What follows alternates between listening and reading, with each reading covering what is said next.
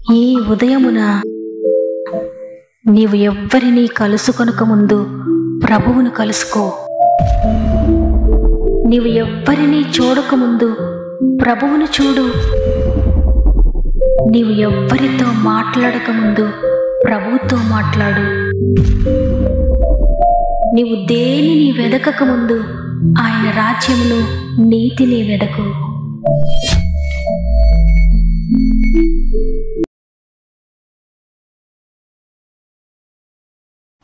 Praise the lord. ఈ ఉదయాన God first అనే ఆధ్యాత్మిక కార్యక్రమాన్ని వింటున్న ప్రియ దేవుని బిడ్డలారా, మీ అందరికీ ప్రభు నామములో నా యొక్క శుభములు తెలియజేస్తూ మరి ఒకసారి వాగ్దాన కార్యక్రమానికి మిమ్మల్ని అందరినీ హృదయపూర్వకంగా ఆహ్వానిస్తున్నాను. మీరందరూ ఎలా ఉన్నారు? దేవుని కృపలో బాగున్నారు కదా? ప్రతిరోజు శక్తి కలిగిన దేవుని మాట మనలందరినీ నడిపిస్తూ ఉంది. నిర్జీవంగా పడి ఉన్న మనలను ఆయన మాట లేవనెత్తుతుంది.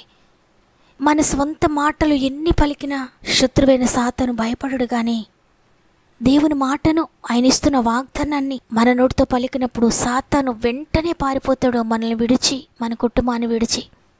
కాబట్టి లేవగానే వాక్యముతో, ప్రార్థనతో మీ దినం ప్రారంభించండి. రోజంతటికి సరిపడా జీవమును, శక్తిని మీరు పొందుకుంటారు. దేవుని మాట దినమంతా మీతో మాట్లాడుతూ ఉంటుంది. రోజంతా మిమ్మల్ని బలపరుస్తూనే ఉంటుంది. నిర్జీవం అంతా తొలగించి ఒక గొప్ప శక్తిని ఆ మాట మీకు అనుగ్రహిస్తుంది. మీలో ఇంకెవరికైనా ప్రేయర్ రిక్వెస్ట్ ఉంటే కామెంట్స్ ద్వారా నాకు తెలియచేయండి. కామెంట్ చేస్తున్న మిమ్మల్ని అందరినీ గురించి మేము భారం కలిగి ప్రార్థిస్తున్నాం. మిమ్మల్ని రక్షించే చేతులకు మిమ్మల్ని అప్పగిస్తున్నాను. దేవుని బట్టి ధైర్యం తెచ్చుకోండి. మీకు అనుకూలమైతే తప్పక కామెంట్స్ అన్ని చదవండి. వాక్యం చివరిలో మనందరము ఏక మనస్సుతో మన సహోదరులందరి కొరకు భారం కలిగి ప్రార్థన చేద్దాం. జరుగునని మనం అనుకునని భయంకర కార్యములు దేవుని దగ్గర నుండి పొందుకుందాం. సమస్త మహిమ, ఘనత, ప్రభావములు దేవునికే చెల్లునుగాక. ఈరోజు ప్రభు మనకు అనుగ్రహిస్తున్న శ్రేష్టమైన వాగ్దానం ఇర్మియా 31వ అధ్యాయము 17వ వచనము. రాబోవు కాలమునందు నీకు మేలు కలుగును నమ్మిక ఉన్నది.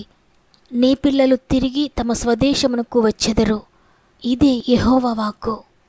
ఆమేన్. ఈరోజు ఈ మాటలు వింటున్న ప్రియ సహోదరుడా, ప్రియ సహోదరి, నీ ఫ్యూచర్ను గురించిన భయము నీకుందా? నీ బిడ్డల భవిష్యత్తుని గురించిన భయముతో నీవు ఉన్నావా? రేపు ఎలా ఉంటుందో అనే టెన్షన్ నిన్ను బాధిస్తూ ఉందా?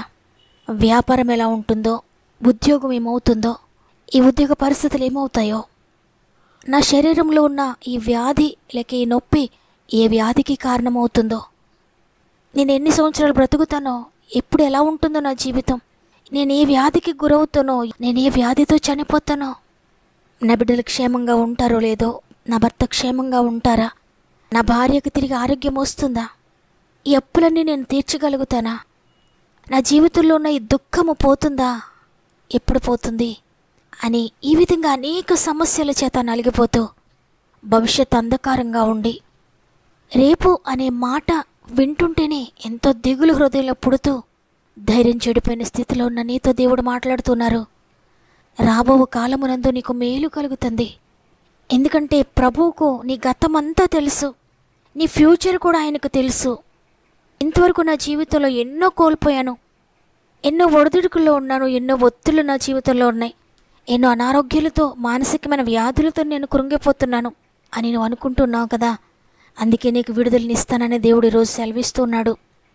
ఆయన నిన్ను విడిపించడానికి శక్తి కలిగిన వాడు. అందుకే నీ భవిష్యత్తు బాగుండాలని, నీ బిడ్డల భవిష్యత్తు బాగుండాలని ఆయన ఒక తండ్రిలా నిన్ను గురించి ఆలోచిస్తూ ఉన్నాడు. అందువల్ల ఇంతవరకు ఒకవేళ నీ జీవితం ఏ విధంగా ఉన్నా, ఎంత కఠినమైన పరిస్థితుల్లో నువ్వు ప్రయాణిస్తూ ఉన్నా, గతాన్ని మర్చిపో. నూతన కార్యము నీ జీవితంలో జరిగించాలని, నీ భవిష్యత్తునంతటినీ సంతోషకరంగా తీర్చిదిద్దాలని, నీకు చక్కటి భవిష్యత్తునివ్వాలని, నీకంటే ఉన్నతమైన ఆలోచన కలిగి ఉన్నాడు నిన్ను గూర్చి, ఉన్నతంగా నీ జీవితాన్ని తీర్చిదిద్దాలని. అందువల్ల నీకు తెలియని నీ ఫ్యూచర్ను తెలిసిన దేవుని చేతుల్లో పెట్టు.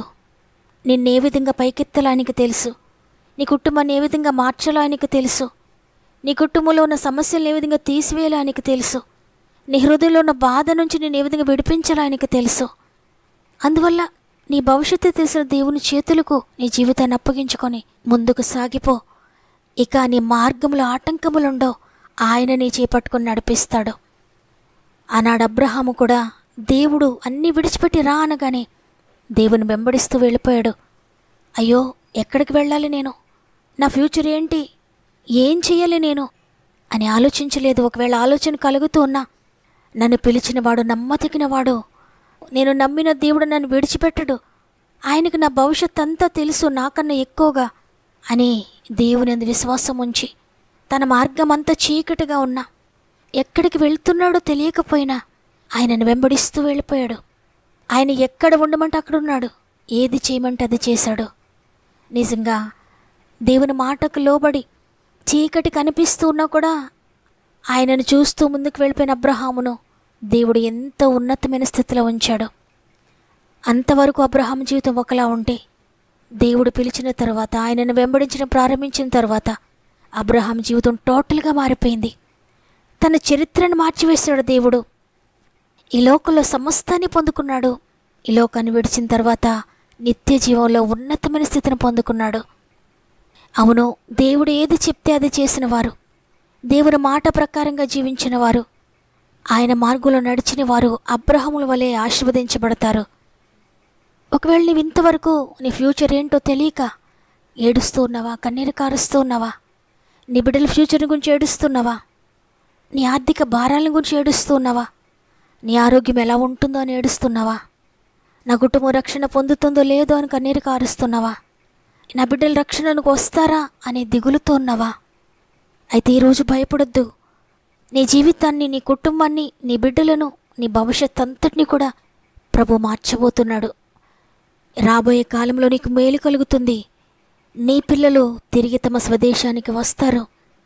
అంటే నీకు దూరం అయిపోయినది ఏదైనా, నీవు పోగొట్టుకున్నది ఏదైనా కూడా తిరిగి ఆయన సమకూర్చబోతున్నాడు. ఇక దిగులు పడదు ప్రియ దేవుని బిడ్డలారా. దేవుడు మాట ఇచ్చారు. ఈరోజు ఆయన మాట పట్టుకొని ప్రార్థించు.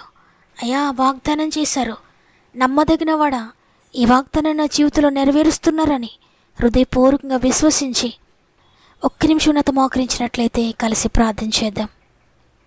ప్రేమగల తండ్రి, నీకు వందనాలు. నీ కృపను బట్టి మరి ఒక దినమును మా జీవితంలో యాడ్ చేశారయ్యా. ఈ దినమును చూడలేని వారు అనేక మంది ఉన్నారు. మా కళ్ళ ఎదుటే మమ్మల్ని దాటిపోయిన వారు ఉన్నారు. కానీ నీ కృప చేత మమ్మల్ని సజీవులుగా ఉంచి ఈరోజు మరలా నిన్ను స్తుతించే గొప్ప భాగ్యం మాకు ఇచ్చినందుకు నీకు హృదయపూర్వకంగా కృతజ్ఞత చెల్లిస్తూ ఉన్నాను. అయినా రాబోయే కాలంలో నీకు మేలు కలుగుతుందని వాగ్దానం చేశారు. ఈ మాట ఎంతమంది హృదయాలను తాకిందో, ఎంతమంది విశ్వసిస్తూ ఉన్నారో, ఎంతమంది జీవితాల్లో నా ఫ్యూచర్ నా దేవుడు తీర్చిదిద్దబోతున్నాడని ఎంతమంది నమ్ముతున్నారో, వారందరి జీవితాల్లో ఈ వాగ్దానము యేసు నామములో నెరవేర్చబడునుగాక. తండ్రి, ప్రతి జీవితాన్ని మీరు లేవనెత్తుతున్నారు నమ్ముతున్నాను. దేవా, మరి ముఖ్యంగా అనేక మంది బిడ్డలు వారి ప్రార్థన విన్నపం మాకు తెలియచేస్తున్నారు. ప్రతి ఒక్కొక్కరిని జ్ఞాపకం చేసుకోండి అయ్యా. అందరినీ నీ గాయపడిన చేతుల్లో పెడుతున్నానయ్యా. ప్రతి ఒక్కరిని కూడా మీరు దర్శించండి, మీరు ముట్టండి. వారు ఏ స్థితిలో పడి ఉన్నారో ప్రతి ఒక్కరిని కూడా లేవనెత్తండి అయ్యా. ప్రతి గృహంలో అడుగుపెట్టండి పరిశుద్ధాత్ముడా. ప్రతి జీవితంలో జోక్యం చేసుకోండి పరిశుద్ధాత్ముడా. ఈ వాగ్దాన కార్యక్రమాన్ని ఎంతమంది సబ్స్క్రైబ్ చేసుకున్నారో, ఎంతమంది లైక్ చేస్తూ ఉన్నారో, ఎంతమంది షేర్ చేస్తూ నీ పరిచర్యలో పాలు పొందుతున్నారో ప్రతి ఒక్కరిని ఆశీర్వదించండి అయ్యా. నీ వాక్యం పట్ల ఆసక్తి కలిగి, నీ వాక్యమును నమ్ముతూ, నీ వాక్యమును ప్రతిరోజు వింటూ, నీ మాట పట్టుకొని జీవిస్తున్న ప్రతి బిడ్డ జీవితంలో ఈ వాగ్దానములన్నీ నెరవేర్చండి.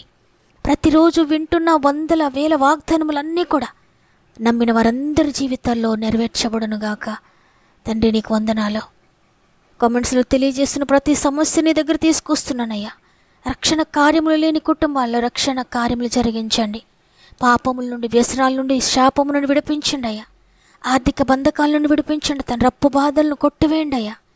ధనాన్ని పోగొట్టుకున్న వారికి తిరిగి రెస్టోర్ చేయండి. ధనము సమకూర్చండి.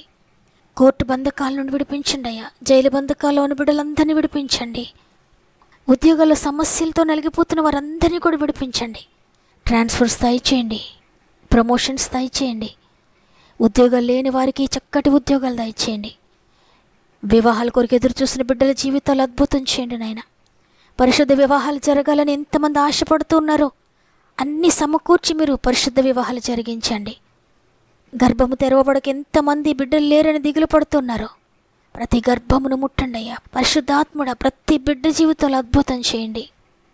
గర్భంతోనే బిడ్డలందరినీ కూడా చేతులు పెడుతున్నాను తండ్రి. ఇంతవరకు కాపాడారు. 9 నెలల్లో కూడా మీరు తోడుగా ఉండి చక్కటి సేఫ్ డెలివరీ స్థాయి చేయండి. గృహాలు లేని బిడ్డలందరికీ చక్కటి స్వంత గృహాలు దయచేయండి. గృహాలు కట్టుకుంటున్న వారికి మీరు తోడుగా ఉండండి. వ్యాపారాలను అభివృద్ధి చేయండి అయ్యా.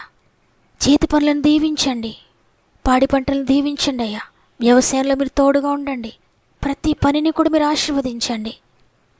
ఈరోజు పుట్టినరోజులు, పెండ్లి రోజులు జరుపుకుంటున్న వారందరినీ చేతులు పెడుతున్నాను. ఈ నూతన సంవత్సరంలో ఆత్మీయంగా, శారీరకంగా, మానసికంగా కూడా మీరు బలపరచండి.